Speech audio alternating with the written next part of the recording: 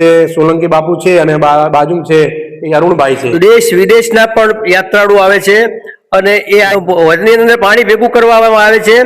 એ પાણીથી આખું વર્ષ પ્રભુજીના સ્નાન પક્ષાલનમાં અને અભિષેકમાં એ જ પાણી વાપરવામાં આવે છે। વર્ષો પહેલા આ જ મંદિરની અંદરથી એક ભૂગર્ભ માર્ગ હતો જે ઠેઠ મોઢેરા નીકળતો। ऐतिहासिक नगरी ની અંદર બીજી સરસ મજાની વાત કરું તો અહીંયા બહુ જૂનું ઐતિહાસિક જૈન મંદિર પણ આવેલું છે, તો એ પણ તમને બતાવવાની કોશિશ કરું। અને ગામ કેટલું જૂનું છે તમને એની ગલીઓ, એની શેરીઓ અને બહુ એની પેલી જૂની દુકાનો એટલે કે હાટડીઓ કહેવાતી એ પણ તમને બતાવવાની કોશિશ કરું। તો આપણે હવે સીધા જઈશું જૈન મંદિરની અંદર। તમે જોઈ શકો છો બહુ સુંદર અને ઐતિહાસિક મંદિર, કદાચ તમે જોયું હોય તો શ્રી પાર્શ્વનાથ ભગવાનનું। તો આપણે શંખેશ્વર, પાલીતાણા અને આજે આપણે જોઈશું કંબોઈની અંદર।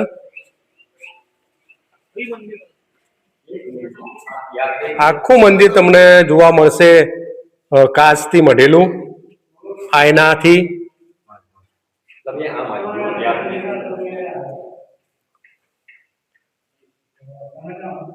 અહીંયા દૂર દૂરથી યાત્રિકો પણ આવેલા છે।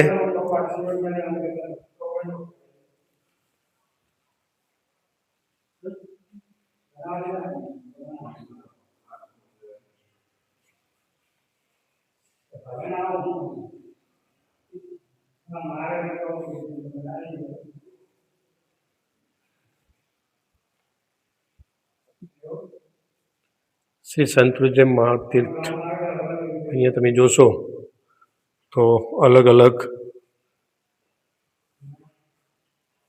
પ્રભુ ભગવાન બિરાજમાન છે, મુનિ મહારાજો।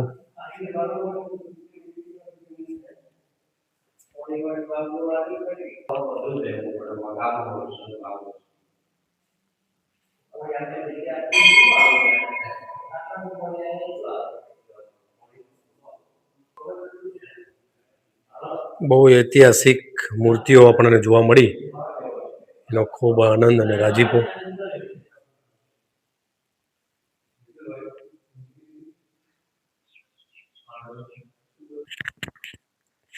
તો આપણે સરસ મજાનું મંદિર એટલે જૈન મંદિર શ્રી ભગવાન પાર્શ્વનાથનું ધામ।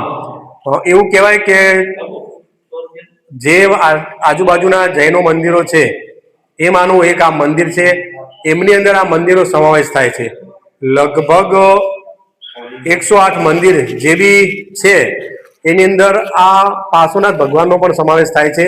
આ મંદિર ઘણા બધા વર્ષો ઐતિહાસિક મંદિર છે અને જેટલી પણ વાતો કરીએ એટલી ઓછી, કારણ કે આપણે ઇતિહાસ જાણીએ તો આપણને આનંદ થાય એવું આ જૂનું ઐતિહાસિક મંદિર છે। આપણને આ મંદિર વિશે ગામના વતની અને સારા એવા જાણકાર અને ગામ પ્રત્યે અને ભક્તિમય એવા અરુણભાઈ આપણને મળ્યા છે।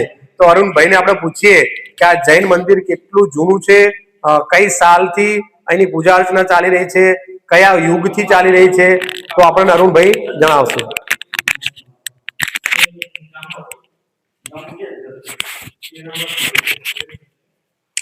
આ રહ્યું ગામનું જૈન પાર્શ્વનાથ ભગવાનનું વર્ષો જૂનું પુરાણું મંદિર અને કાચનું નયનરમ્ય કામ છે, વર્ષો પુરાણું છે। અને જૈનોનું જે ધામ કહેવાય એમાં આ લોકોનું એક ધામ તરીકે પણ આનો ઇતિહાસ પહેલાથી છે। એ પછી ઘણી બધી મૂર્તિઓ બધા એમને પાર્શ્વનાથ પ્રભુજીની સાથે સાથે મહાવીર સ્વામીજી પણ એમને નવું એવું મૂર્તિની સ્થાપનાઓ કરેલી છે અને ઘણા દેશ વિદેશથી કહીએ તો કહેવાય યાત્રાળુ અહીંયા દર્શન કરવા આવે છે। આપણે આવી પહોંચ્યા છીએ, પવિત્ર ગામ છે, ઉજળો ઇતિહાસ છે અને ઇતિહાસની વાતો કરીએ એટલી ઓછી એવું આ ગામ એટલે કંબોઈ ગામ ચાણસમાંથી લગભગ 12 કિલોમીટરના અંતર આવેલું છે। રાધનપુર હાઈવેની ઉપર આ ગામ પડે છે। અહીં આપણે અત્યારે જૈન મંદિરની અંદર આવેલા છીએ અને જૈન મંદિર બહુ વર્ષો જૂનું ઐતિહાસિક મંદિર છે, એમના પણ તમને દર્શન કરાવું। એની પહેલા આ મંદિર અને ભગવાન એમના વિશે આપણે તો શું કહી શકીએ, પરંતુ તમને જણાવવાની વાત કરું કે જે ભગવાન છે શ્રી મનમોહન પાર્શ્વનાથ ભગવાન છે અને કંબોઈ ગામ છે. આપણે એમના વિશે, મંદિર વિશે અને ગામ વિશે અહીંયા બે વડીલો અહીંયા આપણને થોડી ઘણી માહિતી આપશે. એક છે સોલંકી બાપુ છે અને બાજુ છે એ અરુણભાઈ છે. તો આપણને માહિતી આપશે અરુણભાઈ. અહીંયા કંબોઈ ગામની અંદર વર્ષો પ્રાચીન પુરાણું એવું મનમોહન પાર્શ્વનાથજીનું મંદિર આવેલું છે. પહેલાના સમયમાં અહીંયા આગળ જૈન લોકોની વસ્તી પણ વધારે હતી. સમય જતાં ધંધાર્થે બધા જૈનો બહાર નીકળી ગયા છે. બાકી હાલ 2-3 ઘર છે, પણ મકાનનું કામ, જૈન મંદિરનું તમે કામ જુઓ તો નયન રમ્ય કાચનું કામ અને સુંદર કામ છે. આ મંદિરની અંદર દેશ વિદેશના પણ યાત્રાળુ આવે છે અને એ આવી ભગવાન પાર્શ્વનાથજીના દર્શન કરે છે. અને એ સિવાય એ લોકોએ સંવંત 2011 ની અંદર નેમિનાથ પ્રભુ, વિમલનાથ પ્રભુ, પાર્શ્વનાથ પ્રભુ આવા ઘણા મૂર્તિઓની સ્થાપના કરેલી છે. અને આ દેરાસરની અંદર એમના પ્રભુજીની જે સ્નાન વિધિ કરવામાં આવે છે તે ચોમાસામાં જે મઘા નક્ષત્રનું પાણી ભેગું કરવામાં આવે છે હોજની અંદર, પાણી ભેગું કરવામાં આવે છે. એ પાણીથી આખું વર્ષ પ્રભુજીના સ્નાન, પ્રક્ષાલનમાં અને અભિષેકમાં એ જ પાણી વાપરવામાં આવે છે. વર્ષો પહેલા આ જ મંદિરની અંદરથી એક ભૂગર્ભ માર્ગ હતો જે ઠેઠ મોઢેરા નીકળતો.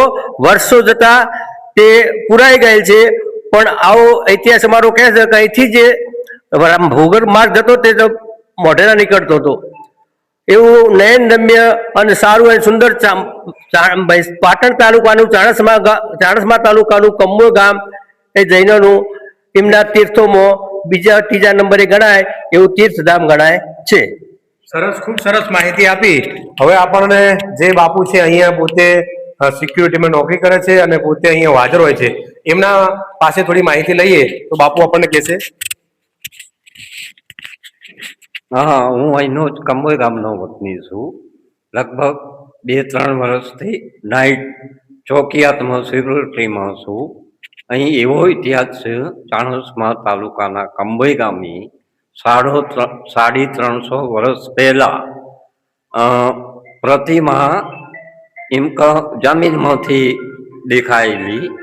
બરાબર 108 જૈન તીર્થમાં શ્રી મનમોહન પાર્શ્વનાથ ભગવાનની કંબોઈ ગામે એમ સરસ પ્રતિમા આવેલી છે. અહીં વર્ષો પહેલા બહુ જ જૈન ભાઈઓનો કુટુંબો હતા, પણ ધંધા અર્થે કોઈ અમદાવાદ, સુરત, મુંબઈ આમ નીકળી ગયેલા. અત્યારે 2 જૈન ભાઈઓ છે, એક જસુભાઈ ને હીરાભાઈ સુખડિયા જૈન, સીએબી સેવા પ્રખ્યાત નિતક્રમ પ્રભુની યાત્રિકો બી આવી છે. બરાબર ને કાચનું સરસ નયન રમ્ય કંબોઈ ગામનું જૈન તીર્થધામ છે શ્રી મનમોહન પાર્શ્વનાથ દાદા. ખૂબ ખૂબ આભાર. તો બાપુએ સરસ મજાની માહિતી આપી. તમને મંદિર બતાવું. આખું આયનાથી, એટલે કહેવાય ને કે કાચથી આખું મંદિર મઢેલું છે. તમે દર્શન કરી લો. એની પહેલા તમને આખું મંદિર બતાવી દઉં, પછી તમને દર્શન બી કરાવું. તો સુંદર આ મજાનું મંદિર. અહીંયા દાદાનો ઇતિહાસ પણ આપણને જોવા મળે કે બહુ વર્ષો પહેલા ગામની અંદરથી આ પ્રતિમા નીકળેલી અને અહીંયા જ આ જૈન મંદિર પાર્શ્વનાથ ભગવાન ખુદ આવેલા. અહીંયા તમે જોશો તો આખું મંદિર કાચથી મઢેલું છે. અહીંથી આપણે અંદર જઈશું તો આ મેઇન મંદિર છે. મંદિર મેઇન મૂર્તિ છે, તમે જોઈ શકો છો. દર્શન કરી લો, પાર્શ્વનાથ ભગવાનના દર્શન કરી લો. અને આ મંદિરનો ઇતિહાસ આપણે હાલ જ જાણ્યો, બહુ ઐતિહાસિક છે. અહીંયા બંને ટાઈમ પૂજા અર્ચના થાય છે, ભક્તિમય માહોલ હોય છે. અહીંયા તમે જોશો આખું મંદિર, તમે જ્યાં જોશો ત્યાં તમને કાચ. અને આ મંદિરની વિશેષતા એ છે કે આખું કાચ અને સીસીટીવી કેમેરાથી સજ્જ છે, જેથી કરીને કોઈ પણ વસ્તુ કંઈ હલચલ થાય તો એની માહિતી તરત મળી રહે. અહીંયા તમે દર્શન કરી લો. બહુ ઐતિહાસિક મૂર્તિઓ ભગવાનની આવેલી છે.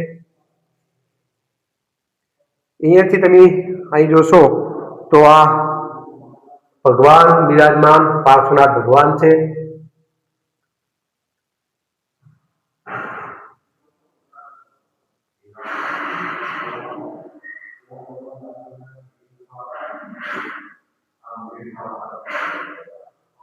સંધ્યા સમય થઈ ગયો છે અને પૂજા અર્ચના કરવાનો ટાઈમ થઈ ગયો છે. તો દર્શન કર્યા હોય તો, ના કર્યા હોય તો પણ તમે ફટાફટ કરી લેજો.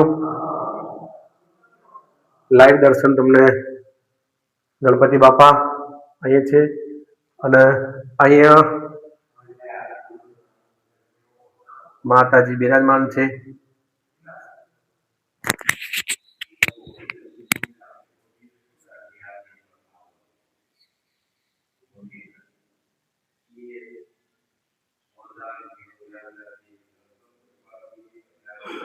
તો સરસ મજાનું મંદિર, મંદિરની વાતો કરીએ એટલી ઓછી. પાછળ આખું મંદિર છે, તો દર્શન કરી લેજો. સરસ મજાનું મંદિર, ઐતિહાસિક, આનંદ આવે. એકવાર દર્શન કરવા જરૂરથી આવજો. અહીંયા આપણને જો તમે જોશો તો અહીંયા પૂજા અર્ચનાની તમામ સામગ્રી રાખેલી છે. અને મૂર્તિઓની વાત કરું તો તમને પહેલા બી બતાવી, ખૂબ સારી બધી મૂર્તિઓ. અને જેમની પૂજા અર્ચનાને સાર સંભાળ કરે છે એવા પૂજારીને બાપુને આપણે થોડું પૂછી લઈએ કે થોડી માહિતી આપો. મિત્રો તમે જોશો તો અહીંયા વરસાદનું જે પાણી આવે, હાલ બાપુએ કીધું એ પ્રમાણે આ હોજની અંદર, અને હોજનો જે ચોક કહેવાય, અહીંયા આખું તમે જોશો, અહીંયા જે પિલ્લરો દેખાય છે એ આખો ટોટલી આખો જે દેખાય ને આખો ચોક એ એવડો મોટો હોજ છે. અને વરસાદનું મઘાનું પાણી એ કહેવાય, બાપુ કહેતા હતા કે આખું વરસાદ પડે એટલે આખું બધું અહીંયા ચોગાનથી સાફ સફાઈ કરી અને તમામ પાણી સીધું આની અંદર જવા દે છે અને એના દ્વારા જ ભગવાનની પૂજા અર્ચના થાય. તો એવું સરસ મજાનું રૂડું ગામ એટલે કંબોઈ. અને કંબોઈની વાતો કરીએ એટલે ઊંચી. કંબોઈનો ઇતિહાસ ખૂણે ખૂણે અને ચોરે ચોરે ચિતરાયેલો લખાયેલો છે. એ આપણને આજે આયા તો જાણ્યો અને ખરેખર જોવા પણ માંડ્યો. તો તમને કદાચ અહીંથી નીકળવાનું થાય, મહેસાણાથી રાધનપુર જવા નીકળવાનું થાય તો ચાણસ્માની બાજુમાં 11 થી 12 કિલોમીટરના અંતરે આવેલું કંબુ ગામ છે. સરસ મજાનું ગામ અને ઇતિહાસ પણ બહુ સારો. ગામના લોકો તમામે તમામ વર્ણના રહે છે અને બધાય હળી મળીને સરસ મજાનું ગામ એવું. અને ઇતિહાસ જોવાનો ખરેખર ખૂબ મજા આવી છે. બધી તમે મારી સાથે બન્યા રહ્યા બદલ તમારો ખૂબ ખૂબ આભાર.